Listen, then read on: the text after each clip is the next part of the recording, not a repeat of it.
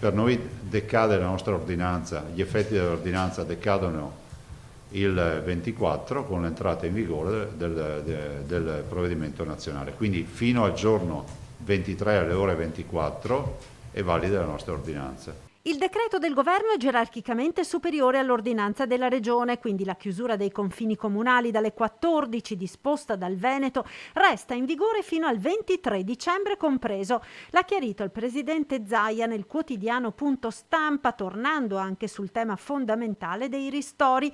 Ieri sera il premier Conte ha parlato di una prima tranche di 645 milioni a inizio gennaio. Dovremmo vigilare perché il presupposto per tutte queste misure è che le imprese, i lavoratori siano ristorati. Io ho sempre parlato di modello tedesco, di dare una percentuale sulla differenza di fatturato rispetto al mese dell'anno precedente, cioè stiamo parlando di dicembre, andremo a vedere il fatturato del dicembre 2019. Il governatore incalza: le misure restrittive sono accettabili, dice, solo a patto che vi sia una certezza per le aziende, quella di essere ristorate dal governo. L'adozione delle misure è sempre più difficile. Sono sempre meno comprese,